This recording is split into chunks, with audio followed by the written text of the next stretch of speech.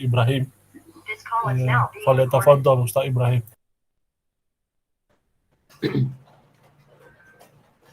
بسم الله الرحمن الرحيم.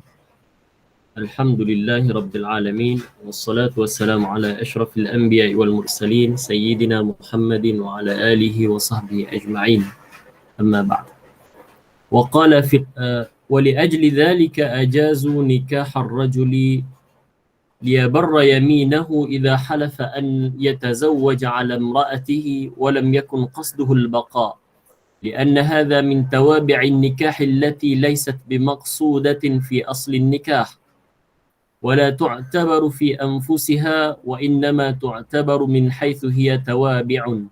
ولو كانت التوابع مقصودة شرعا حتى يتوجه عليها مقتضاها من الطلب، لم يجز كثير من العقود للجهالة بتلك المنافع المقصودة، بل لم يجز النكاح لأن الرجل إذا نكح لزمه القيام على زوجته بالإنفاق وسائر ما تحتاج إليه زيادة إلى بذل الصداق، وذلك كله كالعوض من الانتفاع بالبضع، وهذا ثمن مجهول. فالمنافع التابعة للرقبة المعقود عليها أو للمنافع التي هي سابقة في المقاصد العادية هي المعتبرة، وما سواها مما هو تبع لا ينبني عليه حكم إلا أن يقصد قصدا فيكون فيه نظر. والظاهر ألا حكم له في ظاهر الشرع لعموم ما تقدم من الأدلة، ولخصوص الحديث في سؤالهم عن شحم الميتة، وأنه مما يقصد لطلاء السفن وللاستصباح، وكلا الأمرين مما يصح الانتفاع بالشحم فيه على الجملة، ولكن هذا القصد الخاص لا يعارض القصد العام، فإن صار التابع غالبا في القصد وسابقا في عرف بعض الأزمنة حتى يعود ما كان بالأصالة كالمعدوم المضطرة، فحينئذ ينقلب الحكم، وما أظن هذا يتفق هكذا بإطلاق، ولكن إن فرض اتفاقه انقلب الحكم، والقاعدة مع ذلك ثابتة كما وضعت في الشرع وإن لم يتفق، ولكن القصد إلى التابع كثير، فالأصل اعتبار ما يقصد مثله عرفا، والمسألة مختلف فيها على الجملة اعتبارا بالاحتمالين، وقاعدة الذرائع أيضا مبنية على سبق القصد إلى الممنوع، وكثرة ذلك في ضم العقدين، ومن لا يراها بنى على أصل القصد في انفكاك العقدين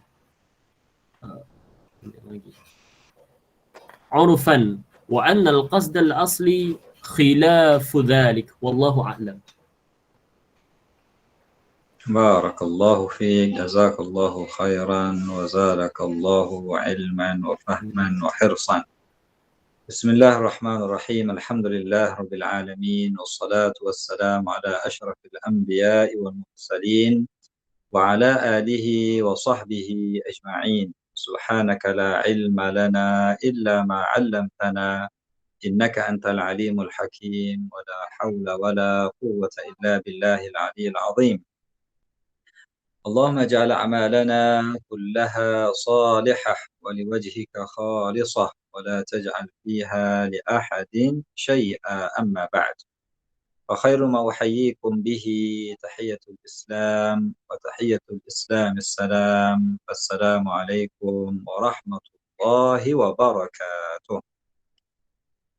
Alhamdulillah, pertamanya mengucapkan syukur kepada Allah Subhanahu Wa Taala kerana pada malam ini sekali lagi kita dapat bersama-sama untuk meneruskan pembacaan kitab Al-Muwafaqat karangan Al-Imam Abi Ishaq Asy-Syatibi rahimahullahu taala. Jadi kita masih lagi dalam perbincangan dalam kitab Adillah, dalam membicara mengenai al-awamir dan nawahi, di mana antaranya Imam Syatibi telah membagikan adanya awamir yang sarihah dan ghairu sarihah.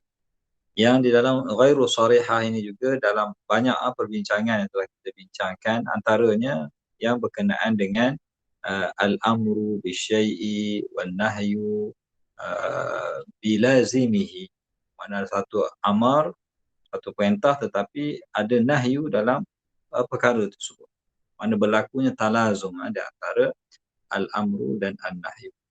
Dan kemudian juga kita telah melihat kaedah Imam Syatibi bahawa apabila berlaku perkara tersebut adalah kita melihat yang matbu', yang asal. Yang asal itu kita ambil hukum asal, yang tabi' ni sama ada tidak ada hukum ataupun tidak dipandang. Jadi dalam masalah yang kita akan sambung pada malam ini, iaitu berkenaan dengan apabila satu perkara itu adanya manfaat yang halal dan adanya manfaat yang haram bercampur dalam satu perkara. Jadi apabila bercampur ni, qasad seorang itu boleh kalau dia qasad kepada yang halal dan yang haram, ataupun yang telah dinyatakan oleh Imam Syatibi sebelumnya, kalau benda manfaat tu haram, itu jelaslah hukum dah haram. Kalau manfaat tu halal, hukum dah. Tapi yang masalah bila bercampur. Bila bercampur ni ada dua lah yang kita lihat sebelum ini. Sama ada dari segi adatnya, dilihat kepada qasad yang mengikut adat yang asalnya. Contoh perkahwinan, orang kahwin biasanya niat dia baiklah. Tapi ada kala orang dia kahwin dengan niat-niat yang lain, yang dipanggil tawabi'. Dia ada dua keadaan, sama ada kita nak ambil hukum uruf tersebut atau kita nak ambil niat yang baru tersebut. Itu juga telah dibincangkan, dan juga Imam Syatibi telah menyatakan yang mundabitnya kita ambil qasad yang asal. Itu mudahnya kita ambil yang asal walaupun ada qasad ataupun niat-niat yang lain tersebut. Jadi sambungan kepada perbincangan tersebut, dinyatakan di sini, wa li ajli dhalika ajazu nikaha ar-rajuli liyabarra yaminahu idza halafa an yatazawwaja ala imra'atihi wa lam yaqsid wa lam yakun qasduhu al-baqa. Di sini antara yang termasuk dalam kaedah tersebut, iaitu ada dua manfaat. Contohnya pernikahan itu dia ada banyak manfaat. Jadi orang ni dia berkahwin. Dia kata ar-rajul ni dia kahwin sebab apa? Untuk dia menunaikan dia punya sumpah dia, liyabarra yaminah. Dia telah bersumpah bahawa idza halafa, dia telah bersumpah an yatazawwaja ala imra'atihi, untuk berkahwin dengan isteri yang kedua lah. Dia beritahu kat isteri dia, contohnya lah isteri dia tak nak dengar cakap, dia kata kamu tak dengar cakap aku kahwin seorang lagi. Dia kata wallahi aku akan kahwin seorang lagi.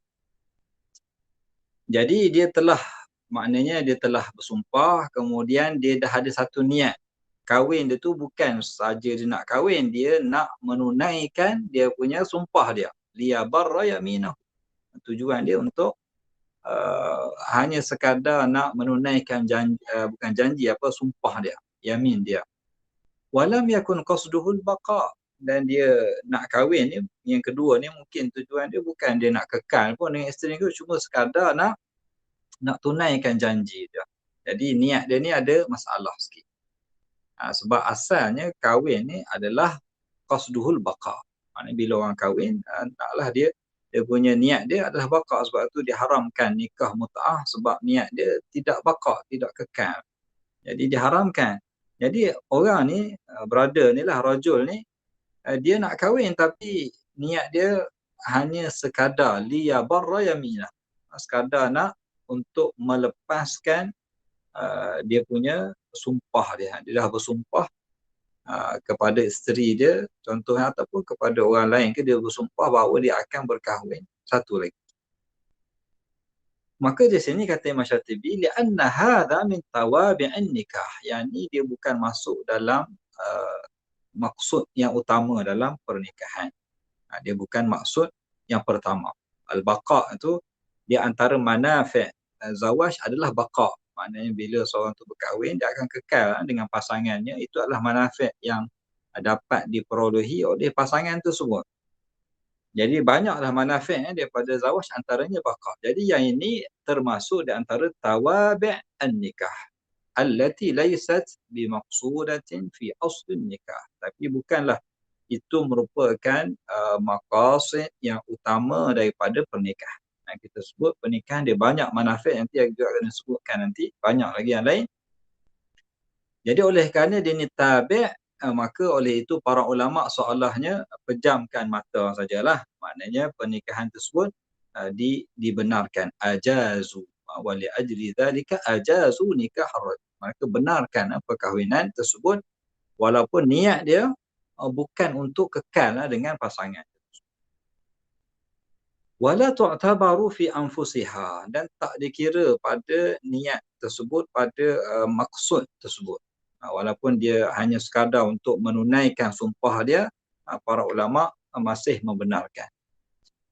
Tapi kalau dari segi fiqahnya dia banyak syarat lain lah. Antaranya dia tidak boleh sepakat dengan isteri dia bahawa saya nak kahwin sementara sahaja, isteri yang kedua lah. Maksudnya kalau dia sepakat tu dah jadi mut'ah, mut'ah tu jadi haram lah. Tapi yang ini cerita dia berniat dalam hati dia saja. Maknanya dia kata aku nak kahwin satu lagi, tapi nanti mungkin aku tak kekal lah dengan isteri yang kedua. Itu dalam hati. Tapi masa dia kahwin, masa dia akad itu semua lafaznya adalah lafaz yang menunjukkan baqa. Kerana ada orang pada mula niat dia nak sekejap saja. Contohnya lah dia kahwin, niat dia tidak kekal, tetapi Allah Ta'ala takdirkan dia cinta pada isteri dia yang kedua tu tak jadi. Jadi sebab itu para ulama kata qasad seperti ini tak boleh dijadikan sebagai asas. Itu dalam bab yang lain lah. Kalau kita tengok dalam segi fiqh ataupun dalam usul fiqh dalam bab lain itu juga dikira.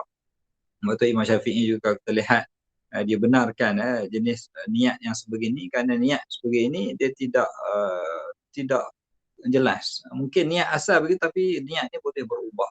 Bila boleh berubah, dia tidak mempunyai hukum yang kuat. Maka sebab itu tak dikira. Jadi kalau kat sini diikut kaedah asal tadi, tak dikira kerana dia dipanggil tawabi' ataupun dia ni tabi' ataupun maqasid yang tabi'ah ataupun manafi' tabi'ah daripada perkahwinan tersebut. Maka ia tidak dikira fi anfusiha. Wa innama tu'tabaru min haitsu hiya tawabi'. Ia dikira sebagai salah satu daripada manafi' daripada pernikahan tersebut adalah baqa. Maksudnya siapa kahwin, dia akan mendapat manfaat, antaranya kekal dengan pasangan tersebut sampailah contohnya dia meninggal dunia. Jadi itu antara manfaat yang boleh berlaku dalam pernikahan. Kemudian kalaulah kita ambil hukum walau kanat at-tawabi'u maqsudatan syar'an. Kalau kita nak ambil semua tawabi', manafik yang lain dalam pernikahan ke dalam hukum yang lain, hatta yatawajjaha 'alaiha muqtadaha min at-talab, sehingga semua benda kita nak ikut semua tawabi' dia, maka di sini kita akan mengharamkan banyak perkara, banyak akad. Lam yajuz kathirun minal 'uqud. Maka kita akan mengatakan banyak akad-akad yang menjadi tidak halal, menjadi haram lah, tak boleh. Sebab apa?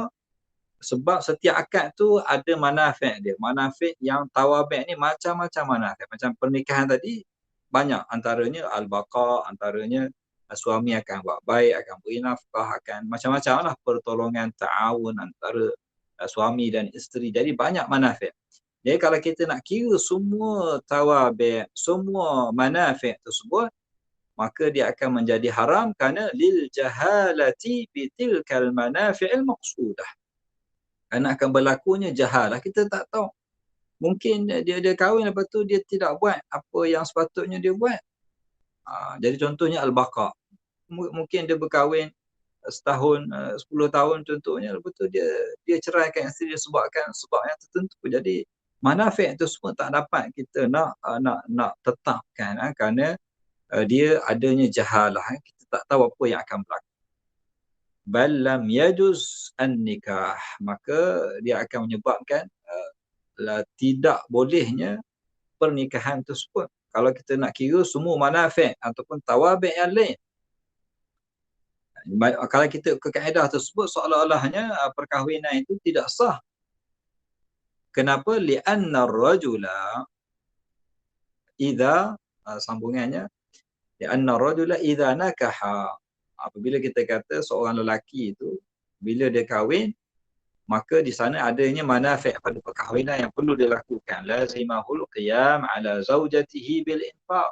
Antara manafi' pada perkahwinan adalah suami hendaklah memberi nafkah kepada isteri. Itu manafi' yang diperolehi oleh isteri. Maknanya ketika dia bersetuju untuk berkahwin, isteri bersetuju untuk kahwin, antara manafi' yang dia dapat ialah nafkah. Dan segala wasair ma tahtaju ilaihi ziyadatun ila badli sadaq. Selain daripada infak, juga semua yang diperlukan, keperluan yang ada kat rumah ke, keperluan pada isteri ke, segala keperluan yang lain lebih daripada apa yang diberikan oleh suaminya dengan pembayaran mahar. Sadaq yang diberikan oleh suami itu tidak memadai, tidak mencukupi. Maknanya suami bukan hanya bayar mahar saja. Macam contohnya kita jual beli, kita beli barang habislah. Tetapi bila berkahwin ni bukan dia jual beli, maknanya bukan bayar mahar habis cerita. Maknanya di sana adanya infak, adanya husnul muasyarah, adanya banyak perkara yang perlu dilakukan. Wa dhalika kulluhu kal'iwadi min al-intifa'i bil bud'i. Semua ini dalam bab perkahwinan dia seolah-olahnya seperti gantian daripada minal intifa' bil bud'. Bila seorang tu lelaki itu berkahwin dengan seorang perempuan, seolah-olahnya dia telah melakukan akad intifa' bil bud'. Maksudnya dapat manfaat daripada isteri tersebut. Jadi apabila dia telah bayar sadaq tersebut, maka ini adalah hadza thamanun majhul. Maknanya bila dah bayar sadaq, bayar mahar, dia tidak tahu apakah manafi' yang dia dapat daripada perkahwinan tersebut dengan harga thaman yang majhul. Maka fal manafi'u at-tabi'atu lirraqabatil ma'qud 'alayha aw al manafi'i aw lil manafi' allati hiya sabiqatun fil maqasid al-'adiyah. Maka manafi' yang tabi'ah, sebab kita dah bincang sebelum ini, kita kira hanya manafi' yang asal saja. Yang tabi'ah ni tak masuk dalam yang asal. Mana kira tawabi' ataupun manafi' yang kedua.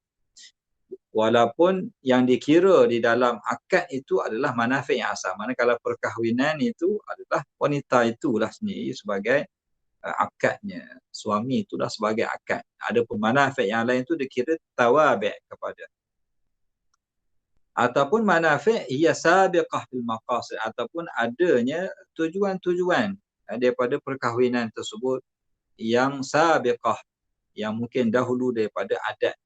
Kerana biasa contohnya adat orang berkahwin ni memang untuk mendapatkan contohnya isteri yang soleh, untuk menjaga anak dia, untuk jaga diri dia, untuk jaga keluarga dia. Itu maknanya antara niat yang soleh, niat yang baik dalam perkahwinan. Maka niat seperti itu hiyal mu'tabarah.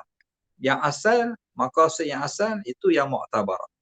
Yang tidak asal, yang tawabi' yang lain itu wa ma siwaha mimma huwa taba'un la yanbani alaihi hukmun. Yang ni kita tak kira hukum dia. Jadi macam kes yang lelaki ni tadi, dia kahwin dengan niat untuk menunaikan dia punya sumpah dia, kita kira dia tu tabi' lah, yang tu niat dia tabi', maka dikira sah lagi dia punya perkahwinan. Kecuali illa an yaqsida qasdan fayakunu fihi nazar. Kecuali memang dia menjadikan satu qasad yang disepakati, yang jelas, memang semua orang tahu inilah tujuan dia daripada perkahwinan tersebut, maka di sini barulah berlakunya nazar. Dan juga kita telah lihat ini dipanggil sebagai niat at-tari'ah, bukan niat asal, niat yang datang kemudian. Jadi kalau berlaku makna qasad yang baru yang lain mengalahkan qasad yang asal, yang ini ada nazar. Cuma secara zahirnya kata Imam Syatibi, zahir alla hukma lahu fi zahir al-hukm, zahir al-syara'. Hukum syaraknya pada asalnya ini dikira tidak ada hukum. Yang tawabi' ni tak ada hukum. Tak kira, kita ambil yang hukum asal saja, manfaat yang asal tadi.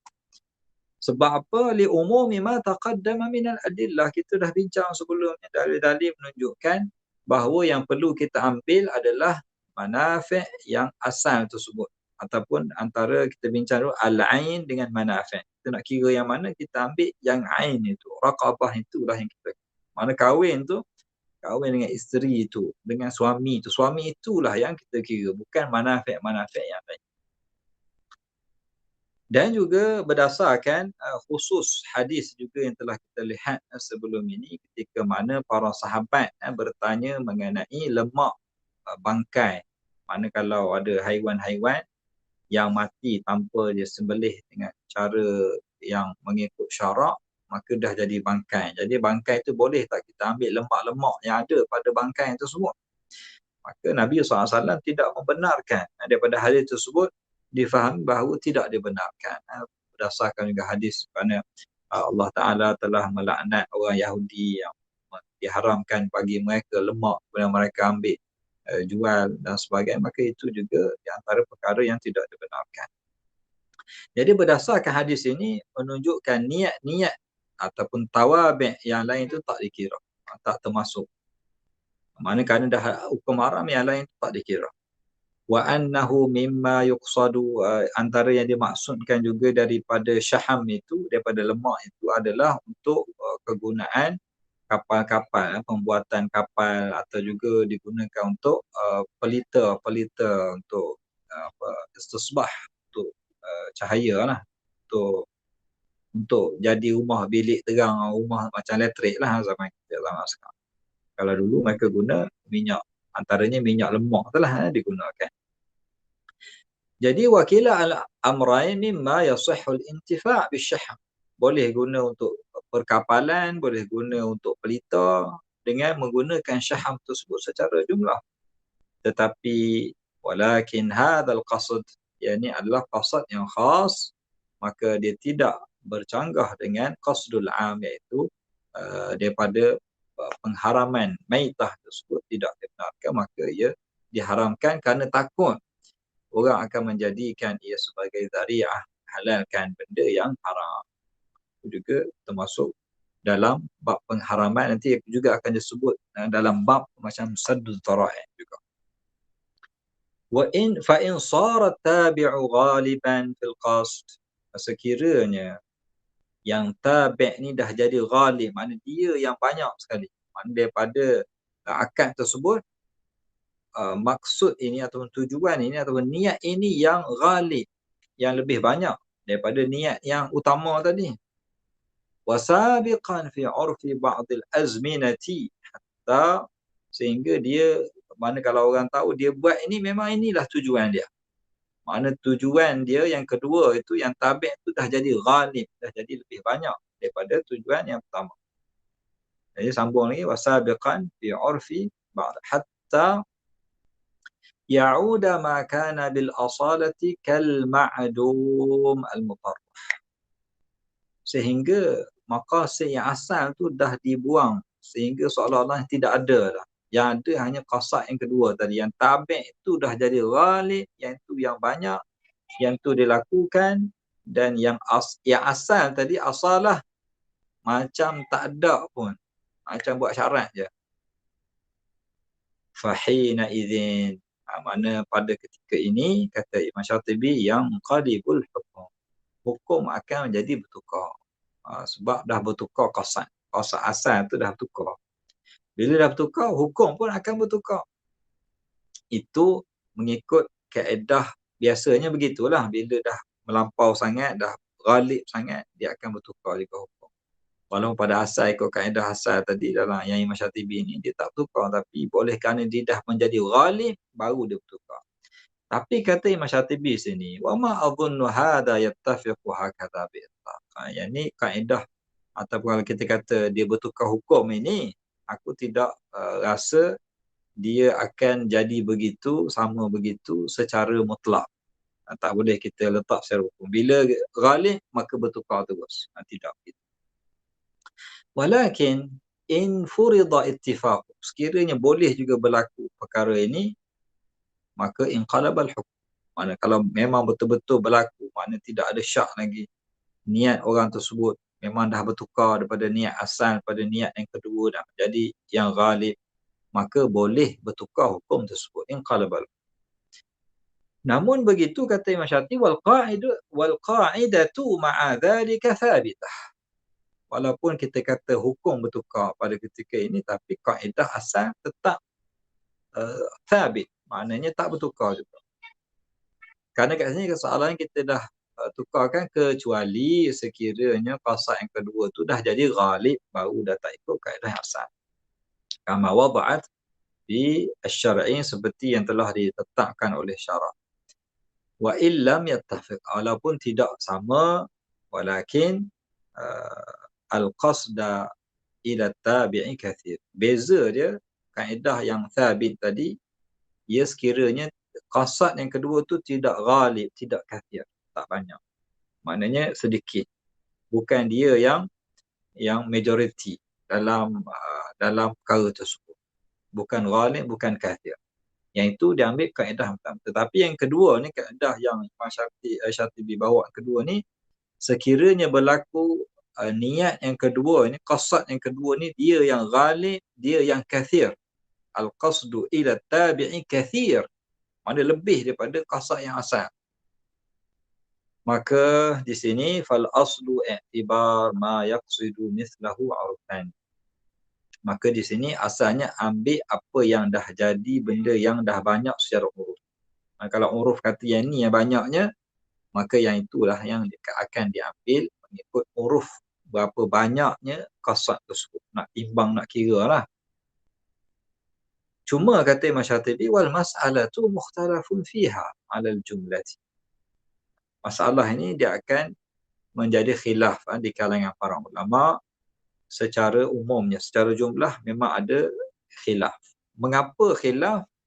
Kerana khilaf ni berlaku i'tibaran bihtimalain. Kerana ada dua ihtimal.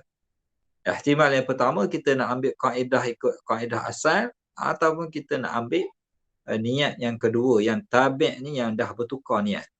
Jadi macam mana kita nak buat? Maka di situ berlakunya khilaf di kalangan para ulama untuk mengambil mana satu.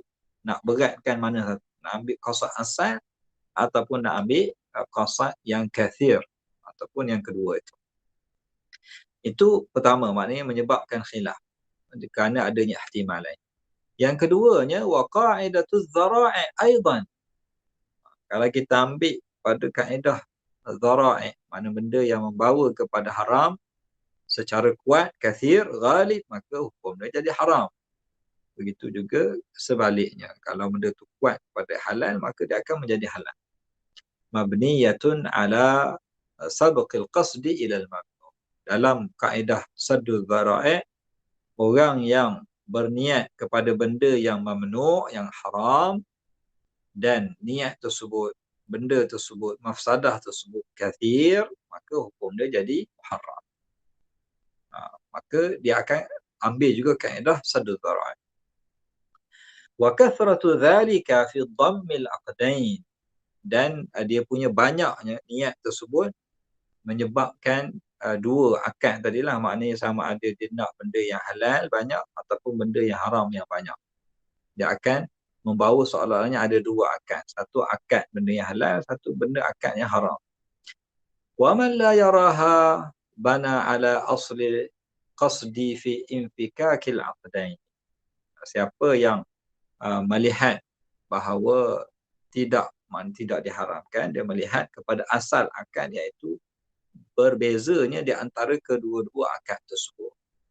Infikakil aqdain, dua akad yang berbeza secara uruf, dan wal qasdul asli khilafu dhalik. Dia ambil kepada qasd awal, qasd yang asal, yang mana ia dibenarkan. Maka sebab itu berlakunya khilaf di kalangan para ulama, kerana dia berdasarkan pada ijtihad, berdasarkan pada kaedah zara'i, dan dia juga berbeza lah, mana setiap kes tu mungkin beza. Mungkin kes pertama banyak dia, contohnya 80%, kes yang kedua kurang sikit, kes yang ketiga lagi kurang. Jadi perkara itu akan menyebabkan khilaf di kalangan para ulama, kerana adanya ijtihad. Sebab itu juga perlu kepada fatwa. Mungkin fatwa pada zaman dulu untuk kes yang tertentu, fatwa yang kedua tu datang pada kes yang lain. Sebab itu perlunya kepada mufti untuk melihat dan berijtihad bagi setiap kes yang berlaku. Okey, itu contoh yang diberikan oleh Imam Syatibi. Kemudian kita berpindah kepada jenis yang kedua pula. Wad-darbus tsani. Tafadhal.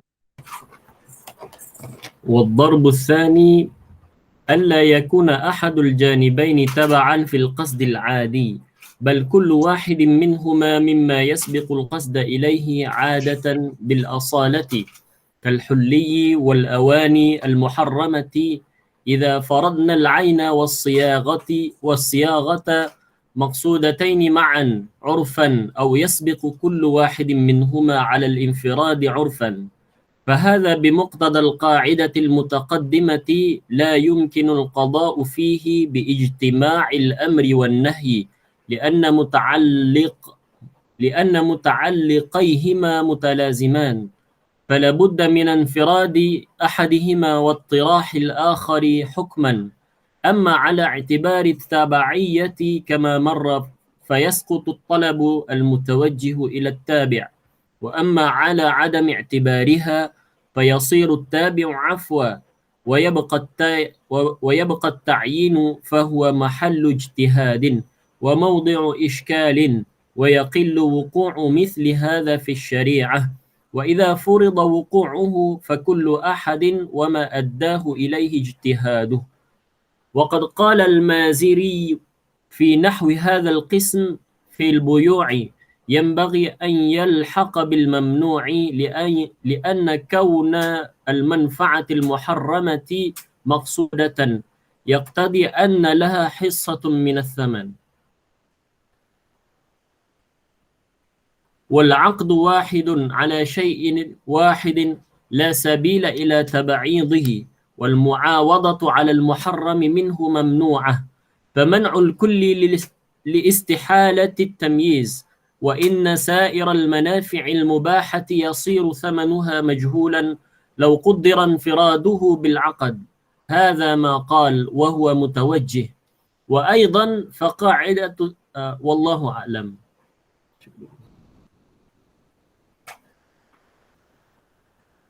Barakallahu fiik, jazakallahu khairan. Ad-darbul tsani, ini pembahagian kepada jenis tadi manafi' yang telah dinyatakan oleh Imam Syatibi, di mana apabila bercampurnya manafi' yang halal dengan manafi' yang haram.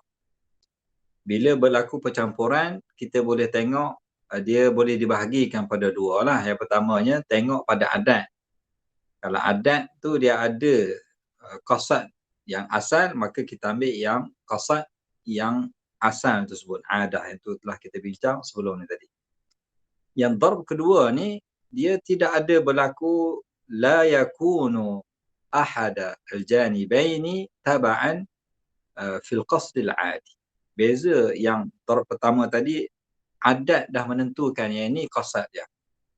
Itu mudah sikit lah, maknanya dah ditetapkan. Maknanya ikut adatnya, orang kahwin tujuan dia gini, orang beli ini tujuan dia untuk ini. Adat dah ada dia punya pandangan dia kepada akad tersebut. Tapi yang jenis kedua ni, dia tidak ada pandangan. Maknanya dia kat sini dia kata bal kullu wahidin minhuma mimma yasbiqul qasdu ilaihi adatan bil asal. Dia ada dua-dua sekali. Dia niat, dia boleh orang manfaat yang halal dan boleh dalam masa yang sama manfaat yang haram. Adat tak letakkan ataupun tidak ada pandangan dalam kes ini. Kes di mana orang yang beli ataupun buat akad satu perkara di mana kita tak tahu dia punya niat dia untuk yang manafi' yang halal ke manafi' yang haram. Contoh dia kat sini seperti huli, barang perhiasan, awani, barang perkakas yang haram, maknanya emas dan perak. Sekiranya kita mengatakan faradna al-ain was-siyaghah, barang tersebut, maknanya emas tersebut dengan siyaghah. Siyaghah dia, ukiran dia, bentuk dia. Maqsudataini ma'an. Dimaksudkan sekali semasa dia beli ataupun dia nak beli itu untuk tujuan yang haram ataupun tujuan yang halal. Maqsudataini ma'an, dua-dua sekali secara urfan. Aw yasbiqu kullu wahid minhuma 'ala al-infirad 'urfan. Ataupun secara urufnya memang dia mempunyai niat yang berbeza. Niat sama ada ain sahaja ataupun niat dia untuk ukiran ataupun bentuk dia sahaja. Fahadha bimuqtada al-qa'idah al-mutaqaddimah. Kalau kita ikut kaedah yang telah kita bincangkan sebelum ini, la yumkinu qada'u fihi biijtima'il amri wan nahi. Kita tak dapat untuk menentukan perkara tersebut kerana di sini berlakunya ijtima' al-amr dan an-nahi. Ada dua. Maknanya benda haram tu ada nahi. Dan dalam masa yang sama ada al-amru iaitu mubah, ibahah, dibenarkan. Jadi bila berlaku ijtima' di antara al-amru dan an-nahyu, maka di sini fala budda mesti kita cari mana yang tabi', mana yang matbu'. Itu ikut kaedah kita yang asal sebelum, yang mutaqaddimah telah kita bincangkan. Limadha li'anna muta'alliqihima mutalaziman. Kerana dia kedua-duanya ada talazum, ada kaitan di antaranya. Antara al-amru dengan an-nahyu di sini mutalazim. Mana bila kita kata yang ni halal, mana yang ni haram. Kalau ni haram, yang ni halal. Maka fala budda min firadi ahadihima. Maka hendaklah kita kena jadikan salah satu sahaja. Sama ada al-amru tu yang matbu' ataupun al-amru itu adalah yang tabi'. Wattirahil akhar hukman. Dan hukum yang tabi' itu kita akan buangkan, kita akan tinggalkan. Kita ambil hukum asal saja seperti yang telah dibincangkan sebelum. Amma ala i'tibari tabaiyah kama marra, kalau kita ikut pula kaedah tabaiyah juga telah kita bincangkan sebelum ini, seperti yang telah kama marra yang telah disebutkan, fayasqutu talab al-mutawajjih ila tabi'. Maka yang berkaitan dengan tabi' itu adalah hendaklah ditinggalkan. Mana hukum tabi' itu mana kita pejam mata saja, tak kira. Wa amma ala adami i'tibariha, kalau kita tak kira tabaiyah, maka fayasiru tabi'u afwan. Seolah-olahnya yang tabi' tu kita dah maafkan hukum dia, tak kira jugalah. Afwan. Maka di sini perlu kita kembali kepada ta'yin. Wa yabqa ta'yin. Kita nak tengok mana satu, apakah niat dia. Ta'yinkan apa yang dia maksudkan adalah haram ataupun yang halal. Maka untuk ta'yin di sini yang menjadi bahawa mahallu ijtihad. Kalau kita nak ta'yin dalam kes-kes yang berlaku ni, maka di sini perlunya kita berijtihad, nak tentukan berdasarkan qara'in dia, berdasarkan hal ahwal dia, zuruf dia, keadaan dia, barulah kita dapat tarjih, nak ta'yinkan apakah niat dia tu adalah yang haram ataupun yang mubah. Wa mawdi'u iskal. Bila dah jadi mahal ijtihad, dan ia juga akan menjadi satu iskal. Kerana berlakunya khilaf di kalangan para ulama menunjukkan ada kemuskilan pada hukum tersebut. Namun kata Imam Syatibi di sini, wa yaqillu wuqu'u mithla hadha fi syariah. Mithli hadha fi syariah. Perkara yang macam ni sebenarnya dia tak banyak berlaku dalam syariah. Jadi jangan kita bimbanglah, jangan kita ingat dalam syariah ni semua benda khilaf, semua benda iskal. Tak, asalnya kita dah bincang dalam bab tasyabihat, al-ahkam dan tasyabihat. Asalnya syariah ni dia tak banyak iskal. Iskal tu hanya sikit. Mutasyabih tu sikit. Yang banyaknya muhkam. Hukum yang jelas, yang clear, yang zahir, itu yang banyak. Jadi bab-bab iskal ni dia sedikit. Memang ada tapi berlakunya sedikit. Juga telah kita bincangkan dalam pasal yang sebut. Namun wa idza furida wuqu'uhu, kita kata memang ada juga berlaku. Maka di sini fakullu ahadin wa ma addahu ilaihi ijtihad. Jadi kepada para ulama, para mufti, para mujtahid, dia kena ijtihadlah nak tentukan hukum dia haram ataupun halal. Boleh ataupun tidak. Dan kemudian di sini Imam Syatibi dia menukilkan satu qaul daripada Imam Al-Maziri.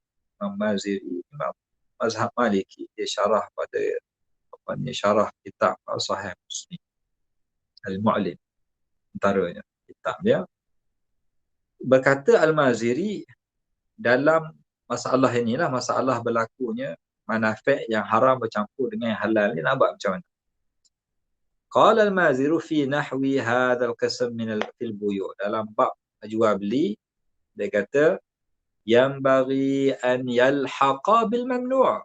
Ni ijtihad Imam Maziri, dia kata kalau kes begini berlakunya percampuran antara manafi' yang halal, manafi' yang haram, dan qasad itu kita tak tahu mana satu halal ke haram, dia kata mudahnya yalhaq bil mamnu', kita kata haram.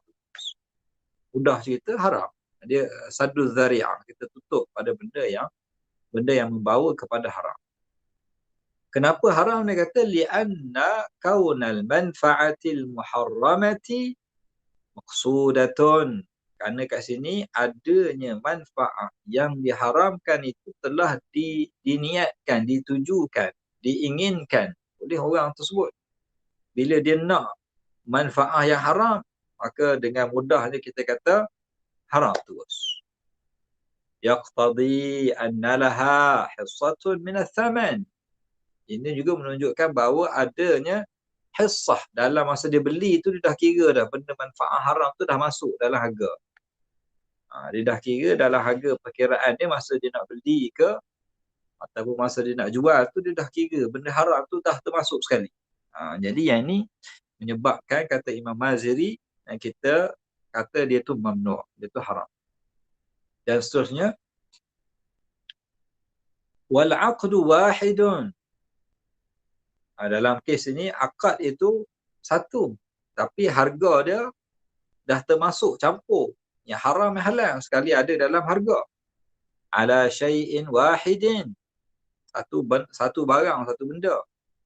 Harga sama, tak ada bahagi harga yang ni haram, yang ni harga yang halal. Tak ada lah, tak ada pembahagian. La sabila ila tab'idihi, tak boleh kita nak bahagi yang kata ni 10 riyal ni untuk ni, 10 riyal ni untuk halal, ni untuk haram, tak ada. Mana harga satu, barang sama, jadi dia kata benda tu jadi haram.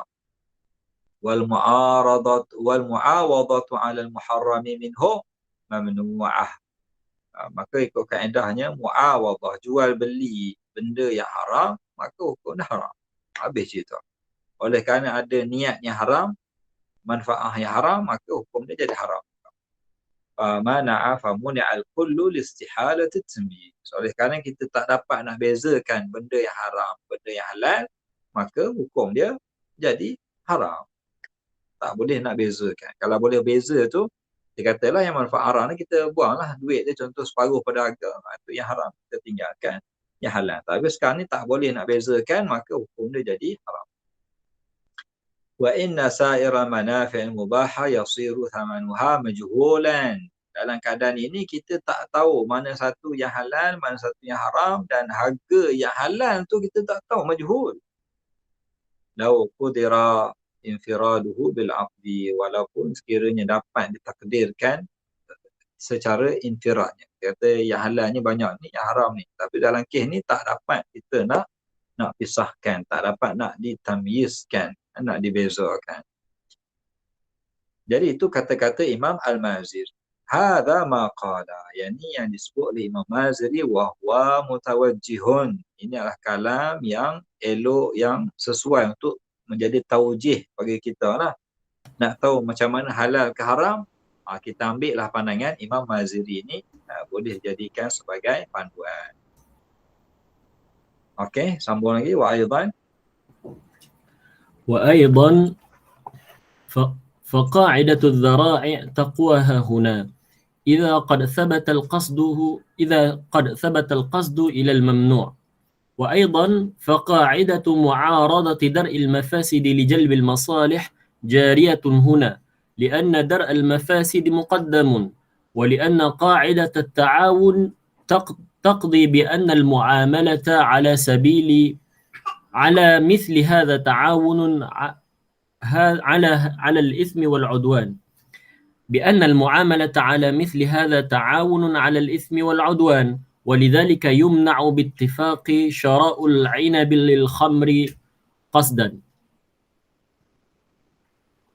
وشراء السلاح وشراء السلاح لقطع الطريق وشراء الغلام للفجور وأشبه ذلك، وإن كان ذلك القصد تبعيا فهذا أولى أن يكون متفقا على الحكم بالمنع فيه، لكنه من باب سد الذرائع.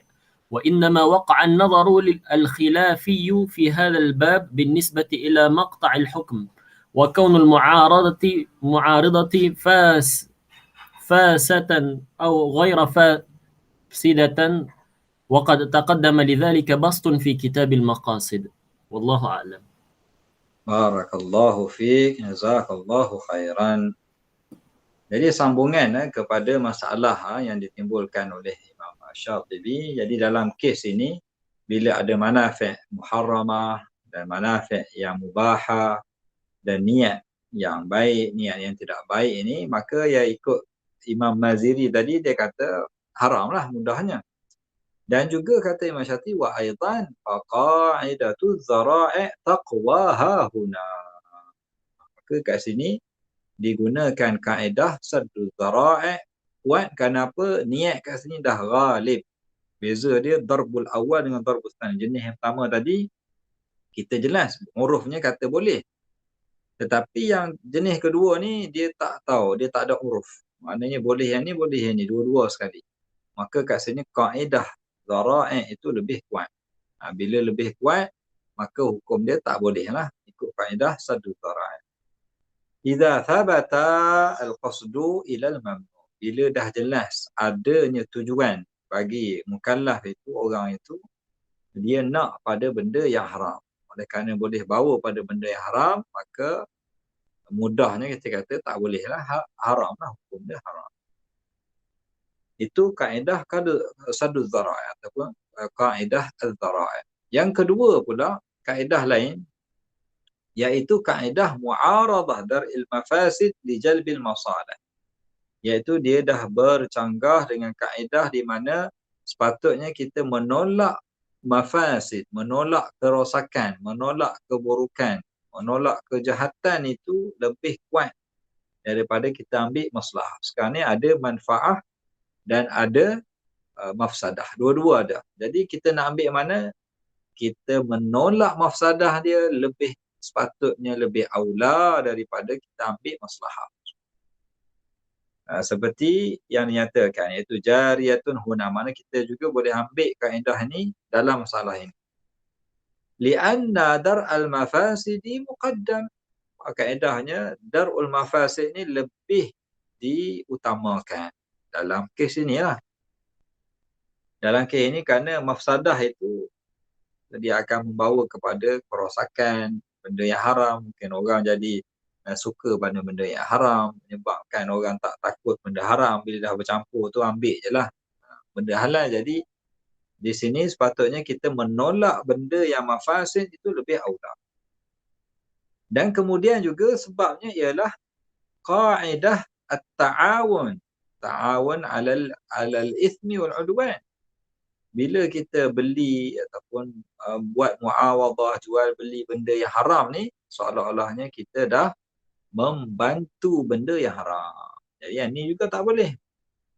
Lianna qa'idat at-ta'awuni taqdi bi'anna al-mu'amalata ala mithli hadha ta'awunun ala al-ithmi wal 'udwan. Dalam kes ini seolah-olahnya ada berlaku ta'awun kepada benda yang berdosa, benda yang diharamkan. Bila kita ada ta'awun, maka hendaklah kita haramkan. Maksudnya kita tak bolehlah, maknanya membantu benda yang haram. Jadi dia ambil banyak kaedah tadi lah. Kaedah yang pertama dia dah letakkan tadi, kaedah yang disebutkan Imam Maziri, kaedah dzara'i', kaedah dar'ul mafasid muqaddam, dan juga kaedah at-ta'awun. Ta'awun, Allah Ta'ala sebut, wa ta'awanu 'alal birri wat taqwa wa la ta'awanu 'alal itsmi wal 'udwan. Kita nak membantu benda yang halal, benda yang baik, tak ada masalah. Tapi benda yang haram, kita tidak dibenarkan. Wala ta'awan. Jangan kamu berta'awun, bekerjasama dalam benda yang diharamkan, benda yang dosa. Walidhalika yumna'u bittifaqi. Maka dengan itu diharamkan kalau berlakunya ittifaq, berlakunya persetujuan di antara contohnya pembeli dan penjual untuk menjual anggur, tujuan dia lil khamri qasdan. Dua-dua tu dah berlakunya ittifaq bahawa aku jual contohnya anggur ni untuk dia pembeli itu membuat arak. Yang ini dah jadi selesailah, maka hukum dia tidak dibenarkan berdasarkan kaedah ni. Dan juga membeli ataupun membeli silah liqat'it tariq. Orang yang beli silah senjata dengan tujuan untuk merampas harta orang. Mana penjual ni tahu dah yang ni, yang beli ni perompak ni. Dia dah tahu dan dia juga dah buat ittifaq. Tak apalah aku jual. Jadi penjualan dia kepada orang tersebut adalah ta'awun kepada benda yang haram. Sebagaimana tadi orang yang jual anggur, dia telah membantu orang lain untuk membuat arak, maka tak boleh. Maka di sini dia jual senjata dengan tujuan orang nak merompak, maka ia juga adalah ta'awun 'alal ismi wal 'udwan. Dan sama juga membeli ghulam lil fujur. Orang yang beli hamba zaman dulu lah. Beli hamba dengan tujuan untuk melakukan maksiat dengan hamba tersebut. Maka dia beli dan penjual jual dan dia tahu orang tu nak buat benda haram, nak buat maksiat, dia buat juga, maka itu adalah diharamkan. Dan contoh-contoh yang lain. Wa in kana dzalikal qasdu tabaiyan, walaupun dalam kes ini kita kata dia tabai tapi hukum dia jadi haram. Berdasarkan kaedah saddu dzara'i, berdasarkan kaedah ta'awun yang telah dinyatakan tadi. Fahadha aula an yakuna muttafiqan 'ala al-hukmi bil man'i. Maka itu juga dia akan menjadi hukum yang haram juga dalam kes yang dinyatakan sebelum ini menjadi hukum al-mana'. Lakinnahu min babi saddid dzara'i. Tapi yang ini masuk dalam bab saddud dzara'i. Maknanya menghalang daripada berlaku perkara yang diharamkan. Maknanya boleh menyebabkan benda yang haram, maka hukum itu diharamkan. Cuma berlakunya nazar al-khilafi fi hadzal bab, dalam bab ini adalah binisbati ila maqta'i al-hukm. Dalam kita nak menentukan mana satu, sebab dia ada dua ihtimal. Sebab kita tak tahu mana satu yang lebih berat, mana yang lebih besar niat dia yang sebetulnya. Sama ada dia nak buat yang benda yang haram ataupun tidak. Maka berlakulah khilaf tersebut. Dan ialah benda zara'i ni kadang-kadang kita tak tahu secara qat'inya. Secara qat'i kita kata yang ni memang haram dia lebih besar, mafsadah dia lebih besar. Kita nak tahu lebih besar tu perlu pada ijtihad, maka bila pada ijtihad dia akan membawa kepada khilaf. Dan juga wakil mu'awadah fasidah atau ghairu fasidah, kerana kita tak tahu jual beli itu ataupun akad itu adakah memang dia punya memang maksud dia haram ataupun tidak. Adakah kita nak kata dia fasid, mana rosak ataupun dia tidak rosak. Dan perkara ini juga telah kita bincangkan taqaddama lidzalika stun fi kitabil maqasid. Juga telah dibincangkan dalam bab maqasid. Sebab itu Imam Syatibi dia bawa kaedah dalam kitab maqasid, dia ada qasdu syari' dan qasdu al-mukallaf. Wal-maqasid allati yunzaru fiha qisman. Ahaduhuma yarji'u ila syari' wal akhar yarji'u ila al-mukallaf. Antara syarat dia hendaklah qasdul mukallaf ini dia muwafiqun li qasdi syari'. Mukallaf dia nak buat apa saja mesti muwafiq kepada apa yang dikehendaki oleh syarak.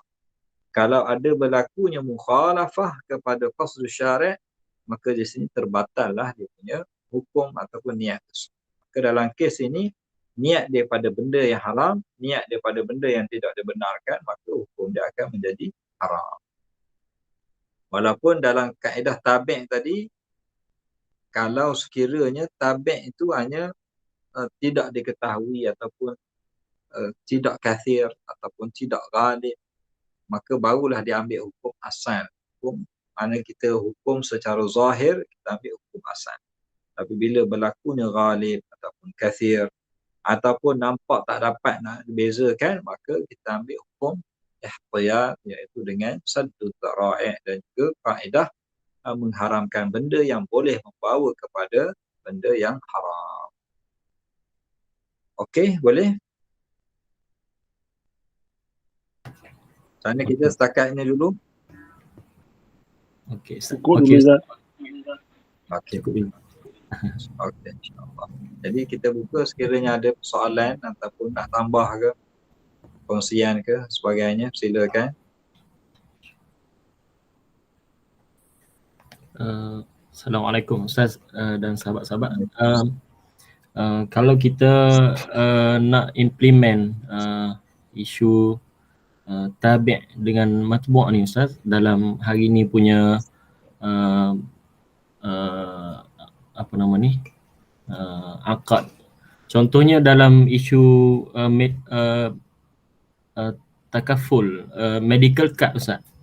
Orang bayar untuk dapatkan medical card untuk tapi dia jadi takaful sebab hati akad tu anggap ianya sebagai satu bukan maknanya kita beli macam mana beza yang takaful dengan insurans biasa untuk kesihatan ni Ustaz. Makna benda tu macam tidak ada kejelasan kan, uncertainty, gharar. Tapi niat tu bercampur. Sudah tentulah orang yang beli tu nak dapatkan tuntutan takaful tu bila dia sakit, tapi sakitnya tak tahu bila lagi. Jadi berkait tak Ustaz dengan apa yang kita bincangkan ni? Maknanya adakah dia dikira sebagai uruf, semua faham dah, makna orang bayar takaful tu untuk niatnya hadiah ataupun sedekah. Jadi kalau berlaku apa-apa baru di apa nama ni, kita boleh claim lah. Allah alam. Mungkin Ustaz ada. Jazakumullah khairan. Dari segi kaitan tu adalah juga kaitannya kerana sebab dia berkenaan dengan muawadhat, dengan akad. Beza antara yang insurans konvensional dengan takaful tu, itulah maknanya kalau yang konvensional tu dia macam memang takmin kepada apa semua itu yang ada gharar tu. Yang beza takaful dia ada peruntukan untuk tabarruk. Makna tabarruk tu, dan dalam masa yang sama dia juga mungkin akan dapat orang lain tabarruk pada dia lah, kalau sekiranya berlaku kes itu pada dia. Jadi dalam kes ini kita tengok pada akad lah, sebab berbeza antara takaful dengan takaful yang lain. Nak kata uruf, ialah uruf secara umum tu orang faham lah takaful tu dia begitu-begitu. Tapi secara detailnya dalam akad yang panjang lebar dia tu, dia bagi beberapa muka surat, mungkin berpuluh-puluh muka surat tu. Yang itulah dia punya akad, seolah-olahnya dia niat kita tu dah dituliskan apa niat kamu untuk insurans ini, untuk takaful ini. Maka dah ditulis tujuan dia begini, yang pertama begini dan tidak begini, tidak begini, tidak begini. Jadi kalau yang kita bincang ni tadi, zaman dulu dia akad dia tak ada macam kita akad sekarang ni lah. Maknanya tak ada lah bertulis panjang lebar tu, kita pun tak tahu niat dia apa. Tapi yang dalam insurans takaful sekarang ni memang dia dah tulis segala niat tu dah tulis belakang. Jadi bila kita sign tu maksudnya kita dah setuju. Tapi masalahnya bila sign tu kita tak baca pun. Tu masalah dia. Kita sign je lah kira setuju. Tapi bila berlaku kes, rupanya dalam akad tak ada kata begitu. Jadi nak kata uruf pun payah jugalah. Sebab mungkin satu takaful berbeza dengan takaful yang lain. Dari segi detail dia lah. Jadi sebab itu bagi orang yang ambil takaful kena baca molek lah apa hak-hak dia yang dia dapat, supaya nanti kalau dia nak pertikaikan dia tahulah apa hak dia dan apa yang dia tak dapat. Dan juga kita sebut tadi beza takaful tu lah dia niat dia untuk tabarruk tu lah. Mungkin syarikat takaful tu kan dia kata daripada peratusan caruman dia tu mungkin 70% tabarruk, 30% simpanan contohnya lah. Jadi kalau dia faham gitu, maka kalau dia nak claim balik tu nanti simpanan dia, janganlah dia minta 100% sebab dia tadi dah tulis lah 70% untuk tabarruk. Jadi dia hanya layak contoh 30% saja pada simpanan. Jadi begitulah maknanya itu tengok pada akad yang dia tulis, yang dia buat oleh syarikat takaful. Dan biasanya kalau syarikat takaful tu ada dia punya penasihat syarak tu, insya-Allah lah tak ada masalah. Tapi kalau takaful yang tak ada penasihat syarak ni memang masalah sikit lah. Dan yang konvensional tu memang confirm lah itu ada masalah. Tapi yang tidak ada penasihat juga mungkin boleh jadi. Jadi kalau nak ambil tu pilihlah yang ada tu penasihat syarak dia supaya hukum tu dapat hukum yang betul. Wallah. Jazakallah khair. Satu soalan lagi boleh Ustaz? Ya. Fadhal. Mungkin tak berkait sangat dengan apa yang kita bincang malam ni, cuma berkait dengan uslub dakwah Ustaz.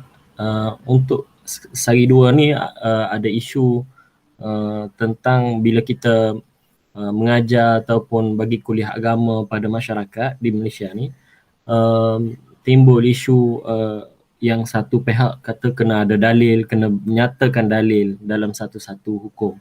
Satu pihak lagi kata tak perlu dalil untuk masyarakat awam, kita bagi samarah, maksudnya hasil dia dah yang ulama simpulkan.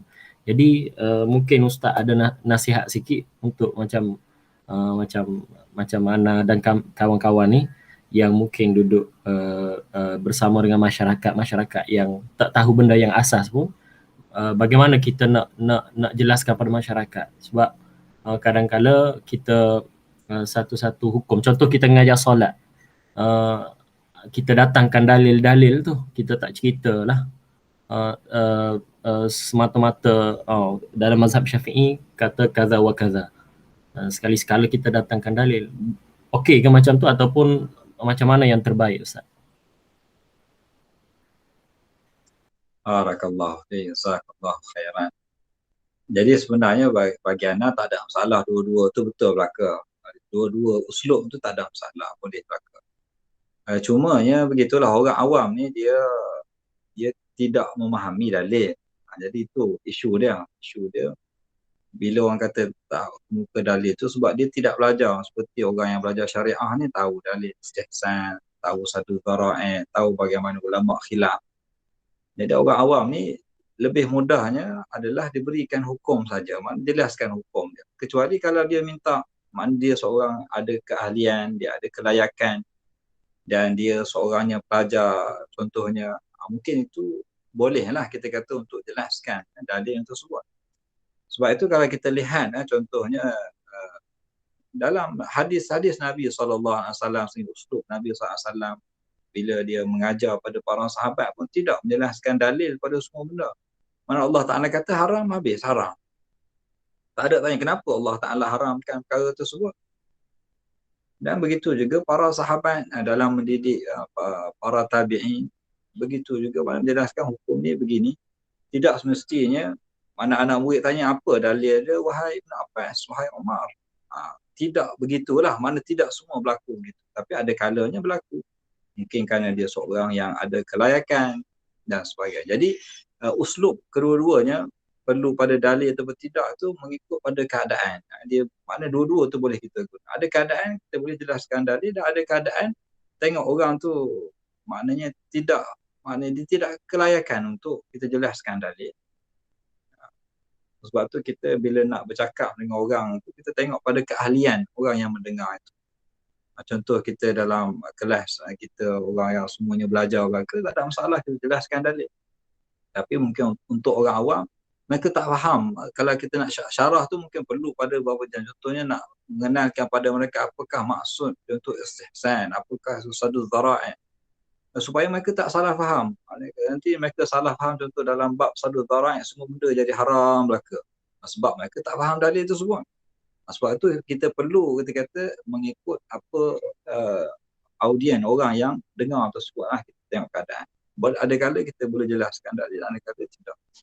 Dan begitu juga kalau kita lihat para ulama kita dalam menulis buku fiqh ni ada dua uslub. Ada uslub memang fiqh semata-mata. Contohnya Imam An-Nawawi tulis kitab Minhajut Talibin. Dia tanpa dalil, memang fiqh semata-mata. Tapi apabila dia menulis kitab Majmu', dia bawa dalil.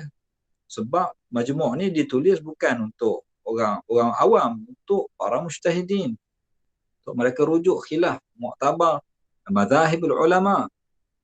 Jadi begitu, mana uslub kedua tu tak ada masalah. Dia kata ada kala memang perlu kita tulis dengan dalil dan ada kala kita hanya jelaskan hukum saja.